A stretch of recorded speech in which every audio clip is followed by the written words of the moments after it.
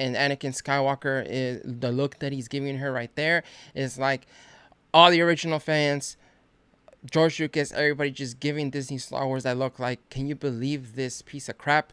This is going to be my review for Ahsoka Episode 5, and this is the one that a lot of fans have been waiting for. A lot of fans of Hayden Christensen have been waiting for, because it's the one where we're going to see more of Anakin. But yes, there's a lot of division with this show, but I think as for myself, I always try to keep myself grounded and not let any of the cameos or memberberries that Filoni is throwing at us.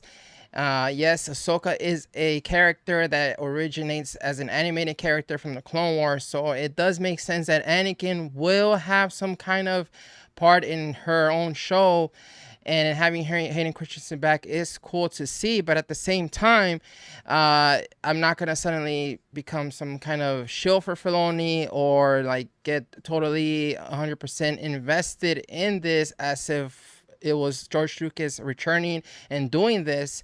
It's just not the same thing. Now, I'm going to go through the good things and the bad things of this episode. I usually start with the bad things, but in this case, let's start off with some of the good things. Now, as I said in my intro, I'm not going to suddenly give this a super high score or anything like that because of the flashbacks. The good things about this, yes, I thought they did a really good job with that flashback when Ahsoka sees herself as a Padawan again, and she is much younger, like a teenage Ahsoka, like the one we saw in Clone Wars. I think they did a good job also with the deepfake Anakin, and Anakin in his Clone Wars live action costume here looks good here, and I'm pretty sure they used some kind of computer CGI effects on his face to make him look younger. Hayden does have good Jedi fighting skills in his scenes here, much better than Rosario Dawson, and it also has to do with his experience with the Jedi battles that he had in the Star Wars prequels. I also feel the interaction with young Ahsoka and Anakin worked there. I guess Filoni knows how to do that. He's been doing that since the beginning of Clone Wars, so he knows their dynamic. What I don't like what Filoni does with Ahsoka is that sometimes he makes her way too arrogant. And it comes off here as well in this episode, and I'll go into it in the bad.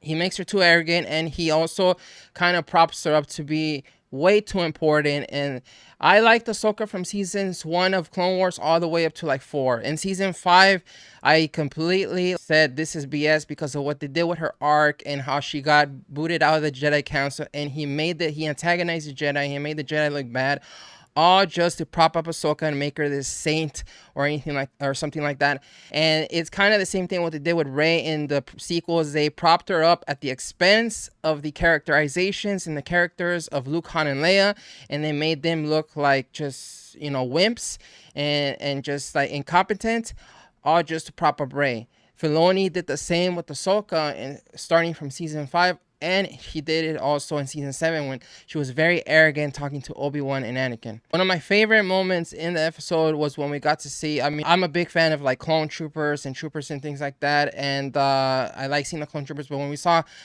Captain Rex's cameo, at one point when Ahsoka was kind of consoling the injured clone trooper, I was hoping that they were going to show his face and they were going to have a de-age Tamora Morrison on there. That would have been really great and a nice touch. And maybe he could have been looking at Ahsoka, and you could have seen this a grateful kind of look in his eyes that she's there consoling him. But seeing Captain Rex was really awesome, and I think hopefully they have him here because he's supposed to be alive. Hopefully they bring in Tamora Morrison, he can pull it off. But it was really cool to see him in his armor in live action right there in that battle. Now let me go into the bad, and this is where I think Filoni drops the ball in this episode and in some major ways.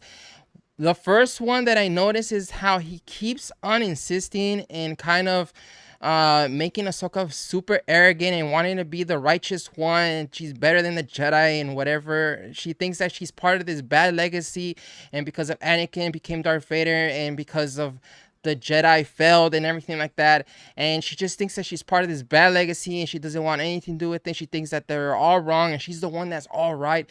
It's just mind-boggling and arrogant of the way that he writes her, and arrogant also Filoni. Maybe he's trying to correct himself when Anakin actually challenges her and says, You're part of a legacy, of a master apprentice legacy. What I have taught you, Obi-Wan taught me. What Obi-Wan taught me, Qui-Gon taught him, and so forth. It goes many generations.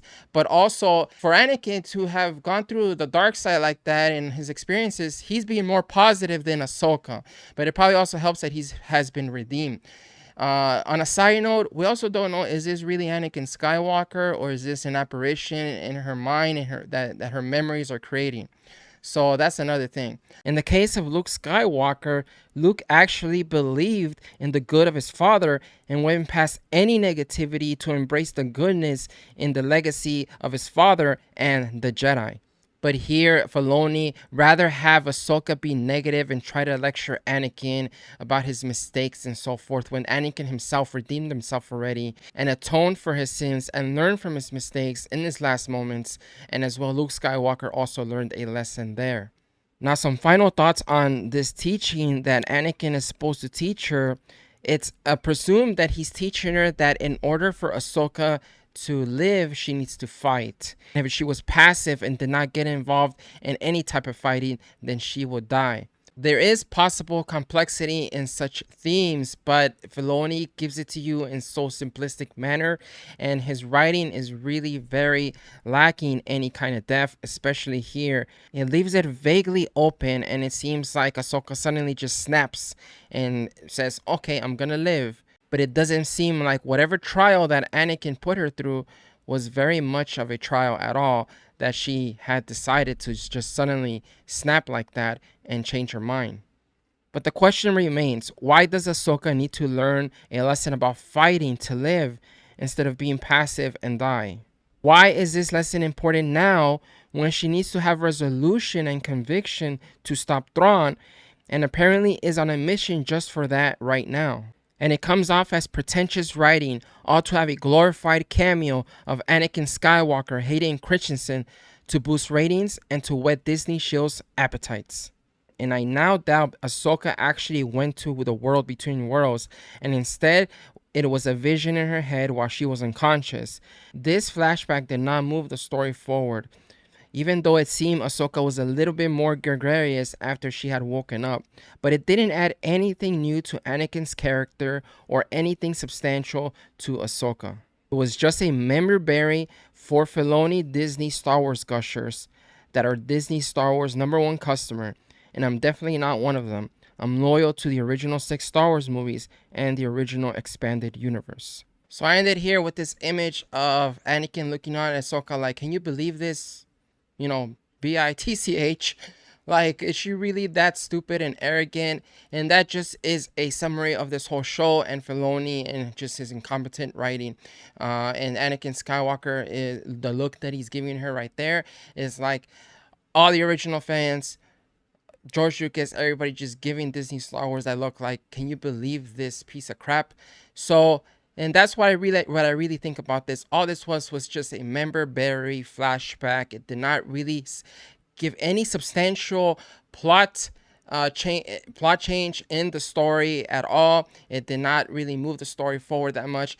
All that happened was that Ahsoka woke up from some dream and said, oh, I'm more happy now. I'm going to go talk to the whales, and I'm going to tell them to help me jump into light speed to try and chance it out there in the universe and go to the same spot out there where Thrawn and Ezra should be. And it's just really ridiculous. And she even tells Huyang, oh, we'll chance it. We don't know if it's going to take us, but we're going to chance it. It just doesn't make any sense. And it's a decision, it's a choice that she could have made a long time ago, since even the first episode. There's a lot of time being wasted. And this is your typical Disney Star Wars show. Time being wasted to fill in the time to try to get ratings. That's all this is. That's all what Disney Star Wars has become. Just a lot of filler and a lot of memberberries and glorified cameos. That's all it is. Hayden Christensen did a good job with what he had, but unfortunately he could have had a better script, and the same goes with what happened in Kenobi. So that's going to be my review. Let me know what you think in the comments. Hit that like button if you like this video. And for all the shills and haters out there that visit me in the video and the comments, thank you again, because you actually help me get more subscribers and so forth. So thank you again. In the meantime, I'll see you guys next time, and may the Force be with you.